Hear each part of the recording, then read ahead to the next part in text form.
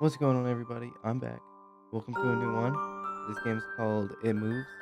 I honestly don't even know what this is about. It just I was reading up on it, man, and it was like scary, very scary. And here I am trying to figure out how to play. Okay,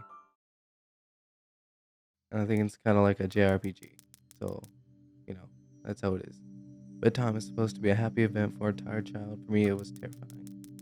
Some children might complain about being put to bed before they have finished watching a film or playing their favorite video game. When I was a child, nighttime was something to truly fear, something in the back of my mind. It still is. Huh. This is me. Damn. Oh, I'm walking. Okay, got a chair. Got a desk in here. No wonder I'm terrified, bro. Like, this room looks like I'm fucking tortured. Let's go. Cannot prove that what happened to me was objectively real, but I can swear that what I experienced was genuine horror. Fear which in my life I'm glad to say has never been equaled. I will relate it. Hmm. I'll relate it to you all now as best I can. Make of it what you will, but I'll be glad to just get it off my chest. Flowers. Flowers. Mom put these here. Ah, yes. Who are you? This is my father. Okay. Choose. Not very interesting. Can't remember exactly when it started. My apprehension towards falling asleep seemed to correspond with me being moved into a room of my own. Hello, mother. This is my mother. Nothing too interesting. Mom told me to not touch her stuff, especially this. Wonder what's in there, bro. Ventilation. I think mom said that. Wait, I think mom said this is boxes. Oh, what's this? Just a bunch of clothes in here. A man with a mustache. Ah, yes, my favorite.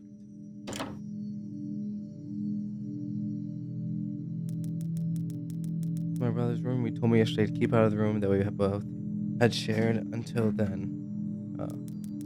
I was 8 years old at the time, and until then, I had shared a room quite happily with my older brother. As is perfectly understandable for a boy 5 years my senior, my brother eventually wished for a room of his own, and as a result, I was given the room at the back of the house. As my brother was given a new bed, I was given the bunk beds which we used to share.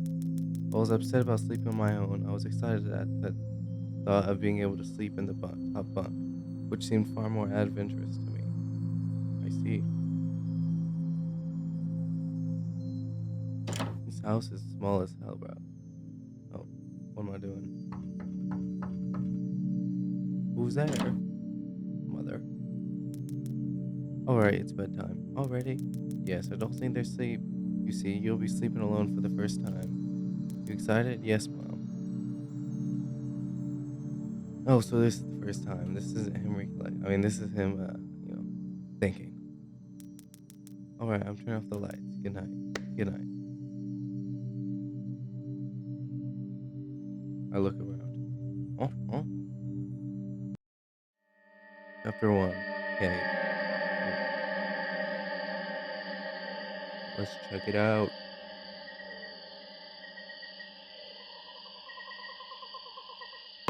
What? Where am I? Oh, I'm done here. Got some mushrooms. What is this? You chilling, bruh? How are you, man? Oh,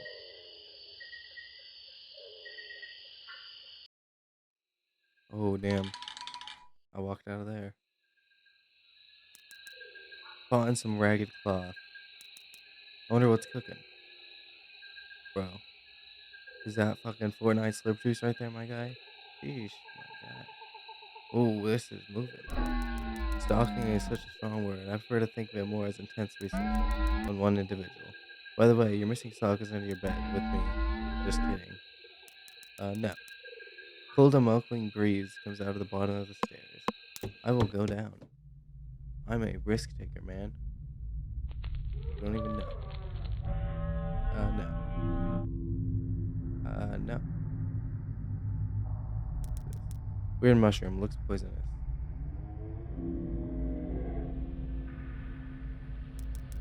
Purple mushroom, definitely poisonous. Oh,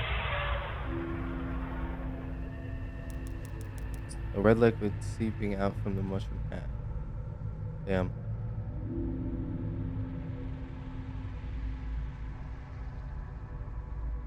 No door? Okay. Holy crap, bro. You ain't got nothing on me, man. Oh, there's puzzles in this game.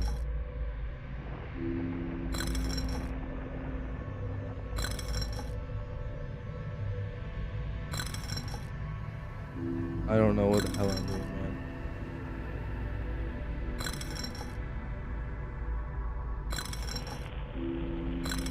It's about the hardest game I ever played. Wait. Oh, let's go! First try. No, there's red liquid seeping out of it. Yes.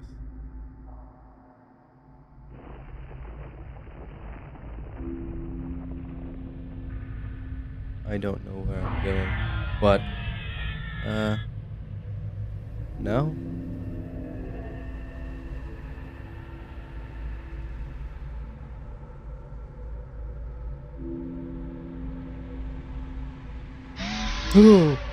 Okay, bro. You need to calm the hell down.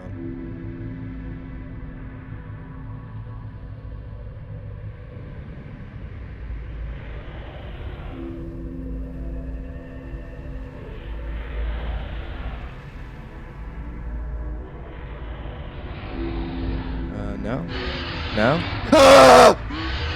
There's no run button! What the hell, bro? Why is my dude, like, just getting slower? Like, what the hell, man? Oh, Mom, I had a bad dream. Mom? What?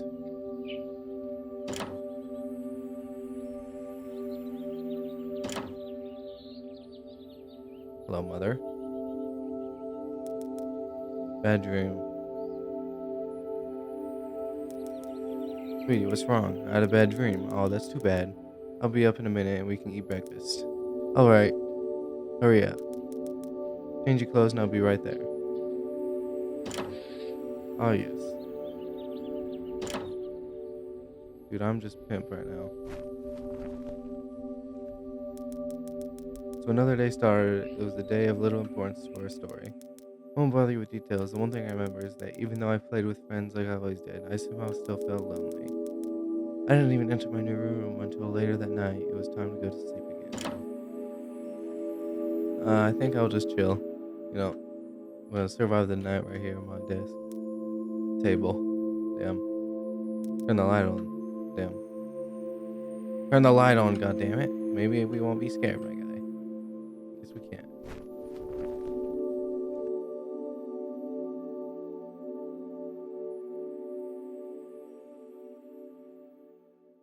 Do you not ever think that maybe the top bunk is just cursed? You know? I'm just spinning out theories here. Chapter 2, Labyrinth.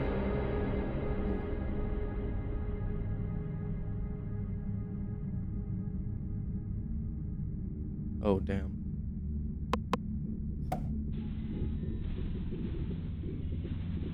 I do not want to be here, man.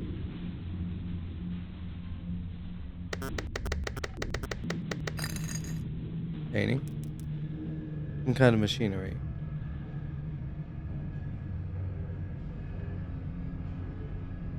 Oh, nothing.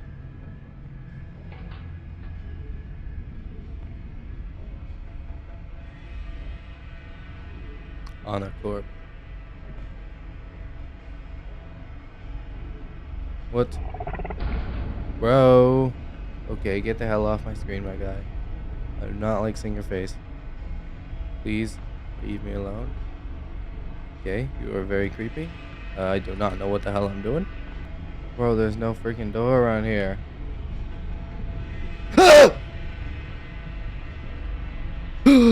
He's camping. It's like a fan.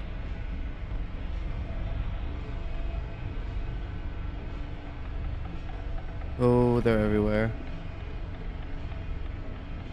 Not you again, my guy. Not Still on my screen. Please. Another one. Am I just collecting these little fucking toad motherfuckers wherever they are? Vent. I'm going to vent. The air is still stuffy though. I'm so fast. Bro, oh, they're giving me speed. I want it closer. Oh, those don't kill me. Still though. Come on, there's gotta be another one. Oh my god. I don't know what I'm doing, man. Go up! Ain't nothing up here. He's gonna kill me. Bro, I'm dead. I'm full dead, my guy.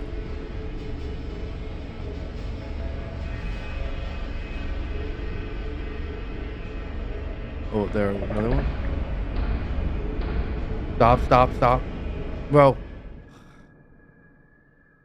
Am I alive? Oh, damn. When you awaken from a deep sleep, there's something moving or stirring. It can take a few moments for you to truly understand what is happening. Fog sleep hangs over your eyes and ears even when lucid. Something was moving, and there was no doubt about that. At first I wasn't sure what it was. Everything was dark, almost pitch black, but there was enough light creeping in from outside to outline that room. Two thoughts appeared in my mind almost simultaneously. First was that my parents were in bed because the rest of the house lay both in darkness and silence. The second thought turned to the noise, a noise which had obviously woken me. That was it, bedsheets rustling in the dark and someone breathing, as if some disturbed sleeper was attempting to get all too comfortable in the bottom bunk. Good thing I didn't sleep in the bottom bunk. I lay there in disbelief, thinking that the noise was either my imagination, or perhaps just my pet cat finding somewhere comfortable to spend the night. It was then that I noticed my door shut as it had been as I'd fallen asleep. Perhaps my mom had checked in on me, and the cat had sneaked into my room then. Yes, that must have been it. I turned to face the wall, closing my eyes in the vain hope that I could fall back to sleep. As I moved, the rustling noise from underneath me ceased. I thought that I must have disturbed my cat. But quickly I realized that the visitor in the bottom bunk was much less mundane than my pet trying to sleep, much more sinister. No? As if altered to, and disgruntled by, my presence, the disturbed sleeper began to toss and turn violently, like a child having a tantrum in dread. Like a child having a tantrum in bed. No? I could hear the sheets twist and turn with increasing ferocious something. Fear then gripped me, not like the subtle sense of unease I had experienced earlier, but now potent and terrifying. My heart raced as my eyes panicked, scanning the almost impenetrable darkness I let out a cry. Most young boys do, I instinctively shouted out, "Here's something stir on the other side of the house." As I began to breathe a sigh of relief that my parents were coming to save me, the bunk bed suddenly started to shake violently as I gripped an earthquake, scraping against the wall. Oh my god. I hear the sheets below me thrashing around as if tormented by malice. Now I want to jump down to safety, as I feared the thing in the bottom bunk would reach out and grab me, pulling me into the darkness. So I stayed there, white knuckles clenching my own blanket like a shroud of protection. The wait seemed like an eternity. Let's go! What's wrong? Did you have a bad dream? I cried when my mother consoled me. Tears of fear followed by relief streamed down my face. Yet through all of the horror and relief, I did not tell her why I was so upset. I cannot explain it, but it was as though whatever had been in that bunk would return even if I even so much as spoke of it. Whether that was the truth, I do not know. As a child, I felt as if that unseen menace remained close, listening. Damn, bro. Crazy. Mother lay in the empty bunk, promising to stay there until morning. I remember the next day, waiting to go anywhere, be anywhere, but in that suffocating room. It was a Saturday, and I played outside, quite happily with my friends. Although our house was not large, we were lucky to have a long, sloping garden in the back. We played there often, as much of it was overgrown and we could hide in the bushes. Climb in the huge sycamore tree, I don't even know, which towered above all else, and easily imagine ourselves in the throes of a grand adventure. As fun as it all was, occasionally my eye would turn to that small window in my room. Ordinary, slight, and innocuous. I don't know, man. But for me, that thin boundary was a looking glass into a strange, cold pocket of dread. Outside, the lush green surroundings of our garden filled with the smiling faces of my friends. Inside, the feeling of something in that room watching me play, waiting for the night when I would be alone, eagerly filled with hate. It may sound strange to you, but at the time my parents ushered me back into that room for the night, I said nothing. I didn't protest, I didn't even make an excuse as to why I couldn't sleep there. I still felt that this thing would be enraged if I so much as spoke of it. Another night came. Well,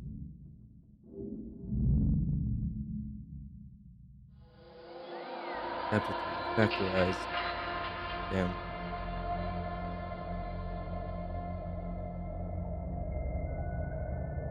What? Oh, it auto saves every time. Okay. A banner on a long pole, it's too old and torn to make out details.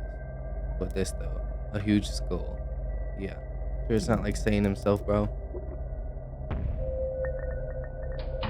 Oh, banner on a long pole, yep. Huge skull. Yeah, I don't see them eyes, bro. I see those eyes. Stop it. Stop. I can't run, man. No. Oh. Oh, no. What? Bruh. So, I'm going to die. Picture of some kind of green landscape. Pictures in too bad shape to make out any details. A gate. Goddamn. Gates everywhere. Is that a lever in there? Some kind of machine.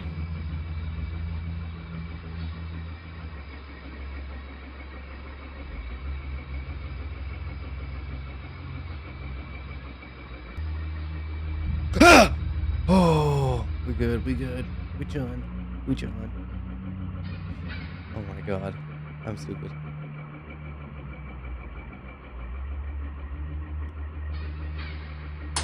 Let me in. Ah! PV mask. Okay, hang on. What's the mask? No. How about no? No? Get off my screen. Please?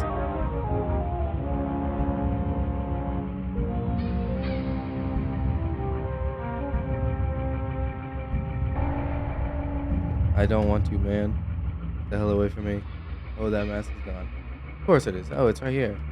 I'll use it. I'll become that enemy. Well, did I even click the lever? Okay, I think.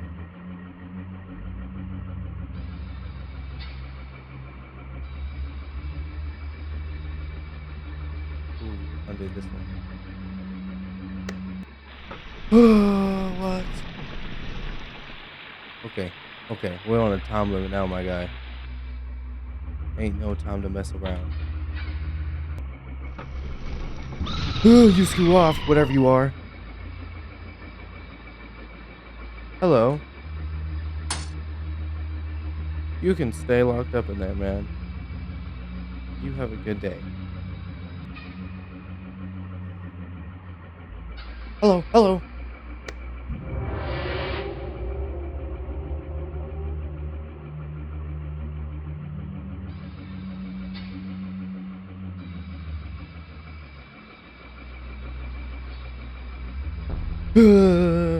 No.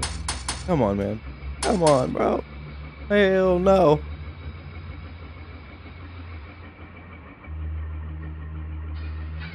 Well, what do I do now? No. Okay. My soul's getting sucked out of my body right now. No. I want my soul. Funny how certain words can remain hidden from your mind, no matter how blatant or obvious they are. One word came to me that night, lying there in the darkness alone, frightened, aware of a rotten change in the atmosphere, thickening the air as if something had displaced me. As I heard the first casual twist of the bed, sheets below.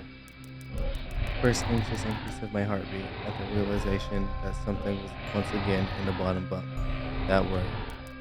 The word which had been sent to exile, filtered up through my consciousness, breaking free of all repression, gasping for air, screaming, edging, and carving itself into my mind. Ghost. As this thought came to me, I noticed that my unwelcome visitor had ceased moving. The bedsheets lay calm and dormant. They had been replaced by something far more ominous. Slow, rhythmic, rasping breath had heaved and escaped from the thing below. I could imagine his chest rising and falling with each sword, wheezing and garbled breath. So those motherfuckers just sleeping down there? Like, just leave him alone then, my guy. I shuddered and hoped beyond all hope that it would leave without occurrence. The house lay as it had the previous night, in a thick blanket of darkness. Silence prevailed, all but for the perverted breath of my as yet unseen bunkmate, and later terrified.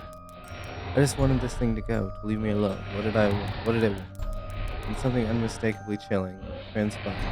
It moved in a way different from before. When it threw itself around the bottom bunk, it seemed unrestrained, without purpose, almost animalistic. For that thing lying there in the darkness, that thing which seemed intent on terrorizing a young boy, calmly and nonchalantly sat there. Its labored breathing had become louder. Not only a mattress and a few flimsy wooden slats separated my body from the unearthly breath below. I lay there, my eyes filled with tears, a fear which mere words cannot relate to or anyone else coursed through my veins. I would not have believed that the fear could have been heightened, but I was so wrong. I imagined what this thing would look like, sitting there listening from below my mattress, hoping to catch the slightest hint that I was awake. Imagination then turned to an unnerving reality, began to touch the one side my mattress set. Seemed to caress them carefully, running what I imagined to be fingers and hands across the surface of the wood. Then, with great force, it crawled angrily between two slots into the mattress. Even through the padding, it felt as though someone had viciously stuck their fingers into my side. I let out an almighty cry, and the wheezing faded. A moving thing in the bunk below replied in kind by violently vibrating the blanket as it had done the night before. Small flakes of paint powdered onto my blanket from the wall as the frame of the bed scraped along it, backwards and forwards. What? Once again, I was bathed in light, and there stood my mother, loving, caring as she always was. Comforting, hugging, calming words which eventually subdued by my hysteria. Of course she asked what was wrong, but I could not say, I dare not say. Simply said one word over and over and over again. Nightmare. What? Light bulb. This pattern of events continued for weeks, if not months. Night after night, I would awaken to the sound of rustling sheets. Each time I would scream so as to not provide this abomination with time to prod and feel for me. With each cry, the bed would shake violently, stopping with the arrival of my mother, who would spend the rest of the night in the bottom bunk, seemingly unaware of the sinister force torturing her son nightly.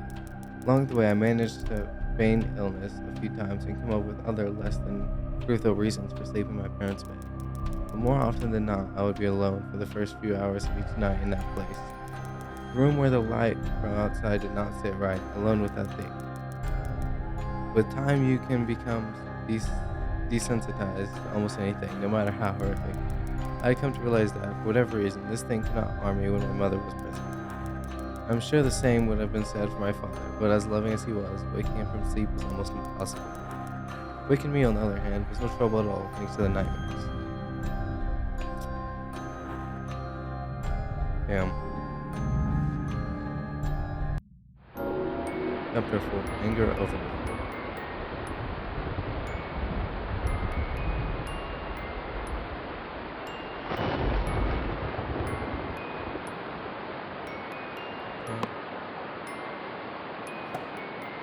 What?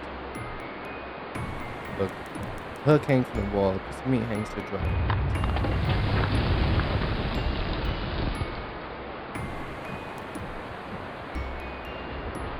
That's great. How do I get out? Garbage chute?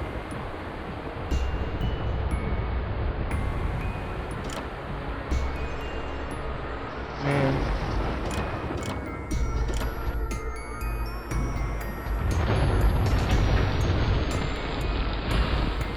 The heck? Another one. Big jars filled with heads of some sort. Various shards of disgusting stuff inside. Various shards of disgusting stuff inside. Ooh. Big, cool, but I'd rather not use it.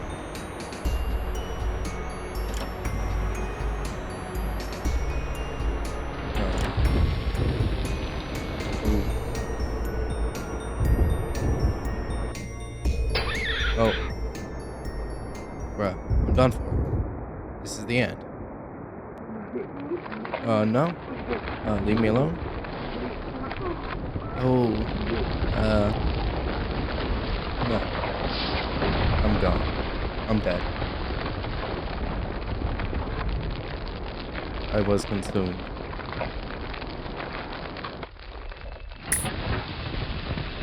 Oh, I'm not dead. Y'all can't kill me, bruh.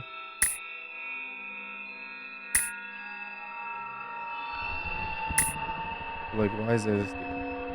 That dude, I don't like it, man. The rest of these guys are just chilling.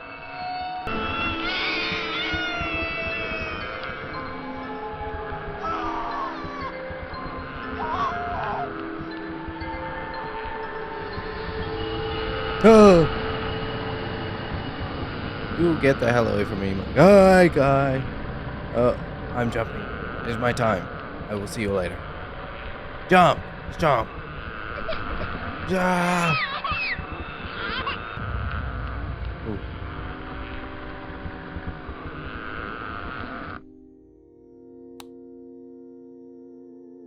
What? The greatest fears were realized in the winter. Days grew short, and the longer nights merely provided this wretch with more opportunities. It was a difficult time for my family. My grandmother, a wonderfully kind and gentle woman, had deteriorated greatly since the death of my grandfather. My mother was trying her best to keep her in the community as long as possible. However, dementia is a cruel and degenerative illness, robbing a person of their memories one day at a time. Soon she recognized none of us, and it became clear that she would need to be moved from her house to a nursing home. Before she could be moved, my grandmother had a particular difficult few nights, and my mother decided that she would stay with her. Much as I loved my grandmother and felt nothing but anguish at her illness, to this day I feel guilty that my first thought were not of her, but of what my nightly visitor may do should he become aware of my mother's absence. Her presence being the one thing which I was sure was protecting me from the full horror of this thing's breach. I rushed home from school that day and immediately wrenched the bed sheets and mattress from the lower bunk, removing all of the slats and placing an old desk, a chest of drawers, with some chairs which we kept in a cupboard where the bottom bunk used to be. I told my father I was making an office which he found adorable, but I would be damned if I'd give that thing a place to sleep for one more night. As darkness approached, I lay there knowing my mother was not in the house. I did not know what to do. My only impulse was to sneak into her jewelry box and take a small family crucifix, which I had seen there before. While my family were not very religious, at that age, I still believed in God and hoped that somehow this would protect me. Although fearful and anxious, while gripping the crucifix edge of my pillow tightly in one hand. Sleep eventually came, and as I drifted off to dream, I hoped that I would awaken in the morning without incident. Unfortunately, that night was the most terrifying of all. Oh.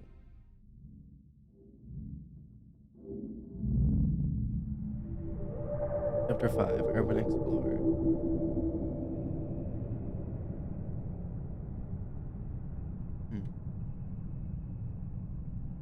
Frankenstein.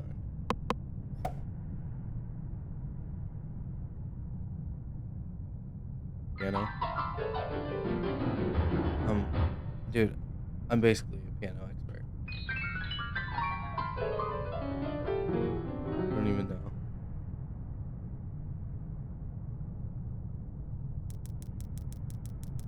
Feeling that something's invading your privacy, even without ill will, is still disturbing.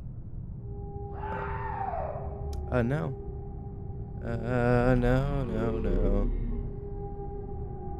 I am not going over there, man. You are good. Well, thank you, man. Even if you don't know what they are, why they are here, you hold the greatest amount of fear for them. Get out. No! Screw off, bro. Okay. Oh. Ladder? Go down ladder. Yes.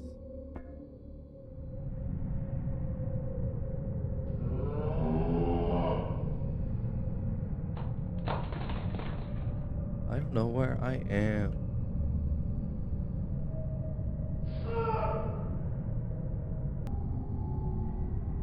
Oh, there he is. There's a whole bunch of them. There's a creature. Am I about to be sacrificed, bro? Oh, I was ready for this. Kill me. Take me. I'm tired of the torment, man. Tis a ritual.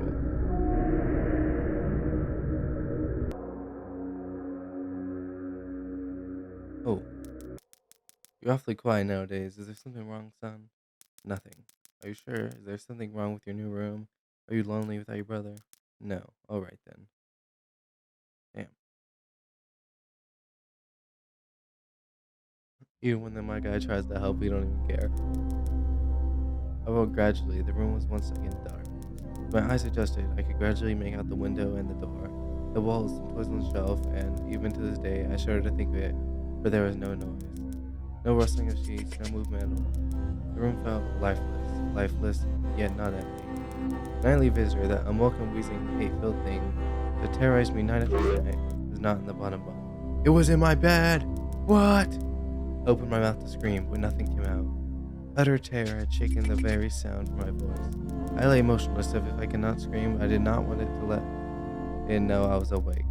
I had not yet seen it. I could only feel it. It was obscured under my blanket. I could see its outline, and I could feel its presence, but I dared not look. The weight of it pressed down on top of me, a sensation I will never forget. To say that hours passed, I do not exaggerate. Laying there motionless in the darkness, I was every bit as scared and frightened young boy. If it had been during the summer months, it would have been light by then. The grass of winter is long and unrelenting. I knew it would be hours before sunrise, a sunrise which I yearned for. I was a timid child by nature, but I reached a breaking point, a moment where I could wait no more, where I could survive under this intimately deviant abomination no longer. Fear can sometimes wear you out, make you threadbare, a shell of nerves leaving only the slightest trace of you behind. I had to get out of that bed. Then I remembered the crucifix. My hand still lay underneath the pillow, but it was empty. I slowly moved my wrist around to find it, minimizing as best I could the sound the vibrations caused, but it could not be found. I either knocked it off of the top bunk, or it had, I could not even bear to think of it, been taken from my hand. Without the crucifix, I lost any sense of hope. Even at such a young age, you can be accurately aware of what death is, and intensely frightened of it. I knew I was going to die in that bed if I lay there dormant, passive, doing nothing. I had to leave that room behind, but how? Shall I leap from the bed and hope that I make it to the door? What if it is faster than me? Or shall I slowly slip out of that top bunk, hoping to not disturb my uncanny bedfellow? Realizing that it had not stirred when I moved, trying to find the crucifix, I began to have the strangest of thoughts. What? Chapter 6, The Abyss. Goddamn.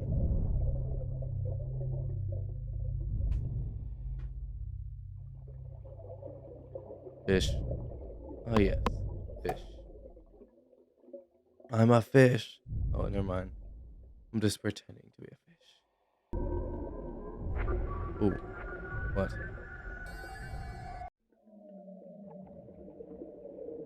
Bro, is that my dad, bro? Yeah, bruh. Where the hell are you going?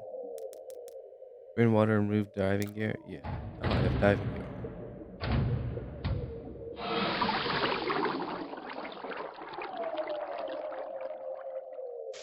Oh, I'm alive.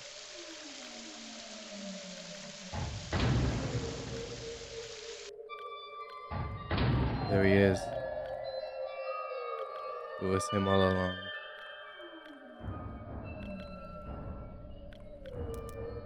Read logbook. CVT Theodore Fielding, September 2, 2007. Or Captain, I think that is. One of my biggest fears is deep water. Ironic when you consider the fact that I am now working on a mining station thousands of feet underwater in the Marina Trench. I've always wondered why I was afraid, and reached a simple conclusion. The true fear presented here is actually going down beneath the surface into the depths. A combination of all our most common fears. I fear of the dark. When you're at the bottom of a body of water, you can't see anything. It's pitch black. Have you ever tried to swim as far down in a lake as you can? It gets really dark and cold really fast, about 10 feet down. But even that's nothing compared to the deepest point on the entire crust of the earth, located at the bottom of the Pacific Ocean, the Marina Trench, which is 38,000 plus feet. If you put Mount Everest at the bottom of the trench, the top of the mountain would still be over a mile below the surface of the ocean. Everything below you is complete darkness, and this definitely plays into our collective fear of the dark. 2. Fear of suffocating. Have you ever gotten to the point where you swim down too far in the swimming pool and you are seriously considering the fact that you might not make it back to the top before you run out of breath?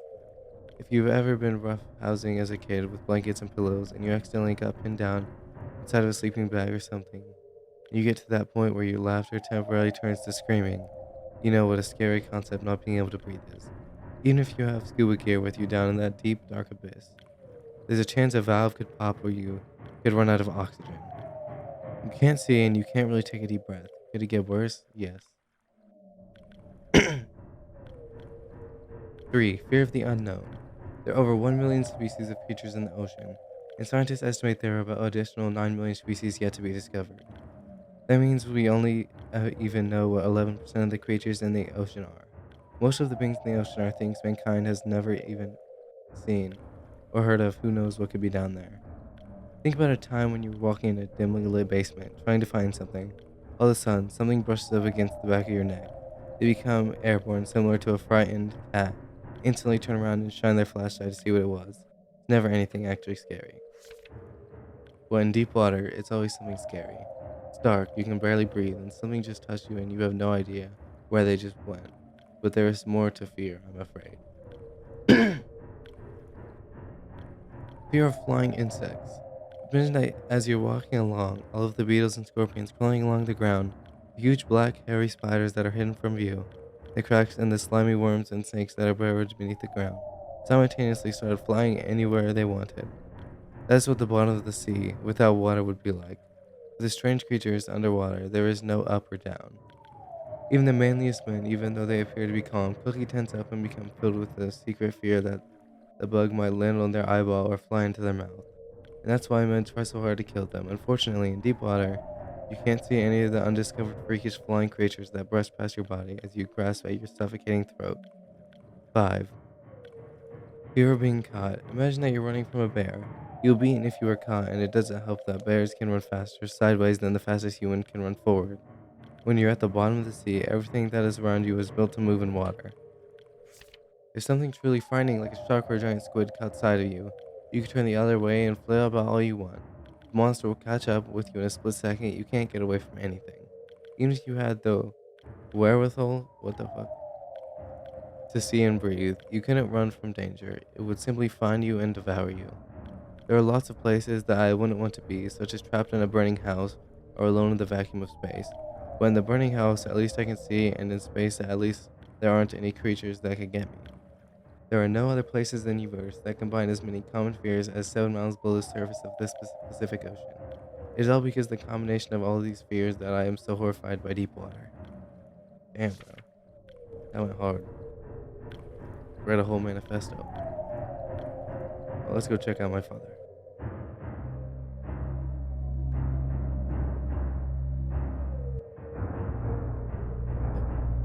Look at him. What's he doing down there? Did I just jump into a hole? Am I stupid? Oh, there I go. Going into the monster's mouth, I guess. What? I'm alive. What if it was asleep? It hadn't so much as breathed since I had woken up. Perhaps it was resting, believing that it had finally got me, that I was finally in its grasp. Or perhaps it was toying with me. After all, it had been doing just that for countless nights. And now, with me under it, pinned against my mattress with no mother to protect me, maybe it was holding on, savoring its victory until the last possible moment, like a wild animal savoring its prey. I tried to breathe as shallowly as possible and mustering every ounce of courage I could. Reached over and slowly with my right hand began to peel the blanket off of me. What I found under those covers almost stopped my heart. I did not see it, but as my hand moved the blanket, it brushed against something. Something smooth and cold, something which felt unmistakably like a gum hand. I held my breath in terror as I was sure it must have known that I was awake. Nothing. It did not stir, it felt dead. For a few moments, I placed my hand carefully further down the blanket and felt a thin, poorly formed forearm. My confidence and almost twisted sense of curiosity grew as I moved down further to a disproportionately larger bicep muscle. The arm was outstretched, lying across my chest, with the hand resting on my left shoulder as if it had grabbed me in my sleep. Realized that I would have to move this cadaverous appendage if I even so much as hoped to escape its grasp. For some reason, the feeling of torn, ragged clothing on the shoulder of this nighttime invader stopped me in my tracks. Fear once again swelled in my stomach and in my chest as I recoiled my hand in disgust at the touch of strangled, oily hair. I cannot bring myself to touch its face, although I wonder to this very day what it would have felt like. Dear God, it moved. What? Dead man. What does it say? Hostia? I guess. I don't even know.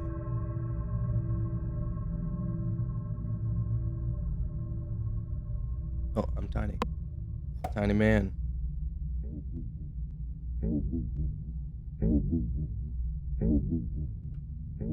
Don't know what that is, but I'm chilling. Oh, I will go in here. Best idea I had all goddamn day.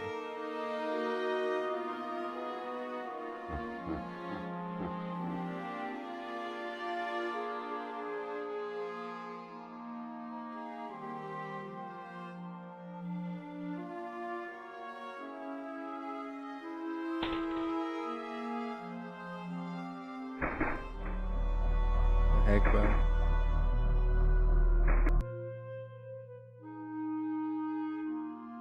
This music is way too calm. I don't even know. Oh, oh, I see. They're just chilling. I'll go up here. No, I guess I'm. Nope, got it. Oh, but where am I to go?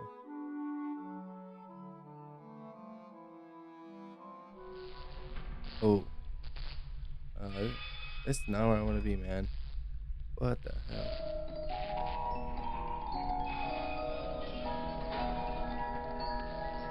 I'm leaving. Goodbye. I I'm leaving, bro.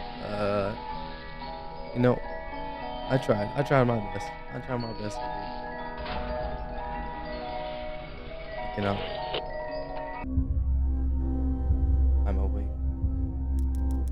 It moved. It was subtle, but its grip on my shoulder and across my body strengthened. No tears came, but God, how I wanted to cry. As its hand and arm slowly coiled around me, my left leg brushed along the cool wall, which the bed lay against. Of all that happened to me in that room, this was the strangest. What? Or at least that I realized that this clutching, rancid thing, which drew great delight from violating a young boy's bed, was not entirely on top of me. It was sticking out from the wall, like a spider striking from its lair. Oh. Suddenly, its grip moved from a slow tightening to a sudden squeeze. Pulled and clawed at my clothes as if frightened that the opportunity would soon pass. I fought against it, but its emaciated arm was too strong for me. Its head rose up, withering and contorting under the blanket. I now realized where it was taking me. Into the wall. I fought for my dear life. I cried, and suddenly my voice returned to me, yelling and screaming, but no one came. Then I realized why it was so eager to suddenly strike. Now this thing had to have me now. Through my window, that window which seemed to represent so much malice from outside, shrieked hope, the first ray of sunshine. I struggled further, knowing that if I could just hold on, it would soon be gone. As I fought for my life, the unearthly parasite shifted, slowly pulling itself up my chest. Its head now poking out from under the blanket, wheezing, coughing, rasping. I do not remember its features. I simply remember its breathing against my face, foul and as cold as ice. As the sun broke over the horizon, that dark place, that suffocating room of content, was washed, bathing in sunlight. I passed out as its scrawny fingers encircled my neck, squeezing the very life from me.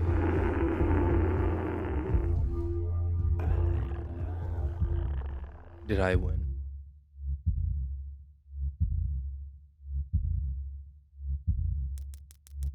I woke to my father offering to make me some breakfast, a wonderful sight indeed. I'd survived the most horrible experience of my life until then, and now. I moved the bed away from the wall, leaving behind the furniture I'd believed would stop that thing from taking a bed. Little did I think that it would try to take mine and me. Weeks passed without incident, yet on one cold night, frostbitten night, I awoke to the sound of the furniture where the bunk beds used to be vibrating violently. I lay there, sure I could have a distant wheezing coming from deep within the wall, finally fading into the distance. The following year, I was given a larger room on the other side of the house, and my parents took that room as their bedroom. They said that they didn't need a large room, just one big enough for a bed and a few things. They lasted 10 days. We moved on the 11th. Damn, I'm the goat. My guy's the goat, my guy. You don't even know. What, I'd be lasting like hundreds of days in that mother trucker? Oh, damn. That was it, huh? That's crazy. Wonder if there's anything at the end of this tunnel.